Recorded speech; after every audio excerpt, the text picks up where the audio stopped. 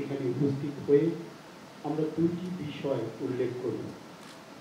প্রথমত, বাংলাদেশের পাশের দেশগুলো বাংলাদেশকে আনরেস্ট পরিস্থিতি এবং পাশের দেশের একটি গণমাধ্যম বাংলাদেশের ভিতরে আরেকটি বাংলাদেশ অথবা দখল করার প্রস্তাব করে, দুঃসাহস তাদের আছে। আমাদের কবির ভাষায় এক সাগর রক্তের বিনিময় এই বাংলাদেশ। আমাদের পূর্বপুরুষেরা তাদের জীবন দিয়ে জনগণের সাথে ঐক্য করে এই বাংলাদেশ তৈরি করেছে। 2024 সালে আমরা জীবন দিয়েই বাংলাদেশ তৈরি করেছি।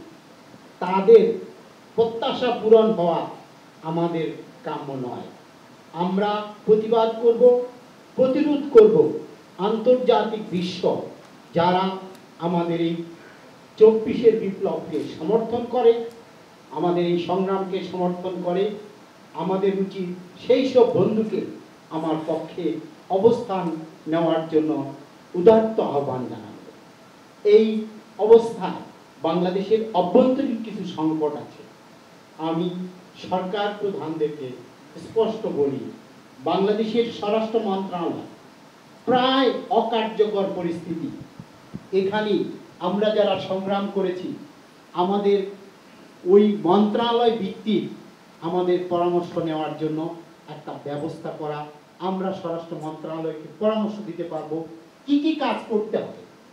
দ্বিতীয়ত, বাংলাদেশের শ্রমকর্মসংস্থান মন্ত্রণালয়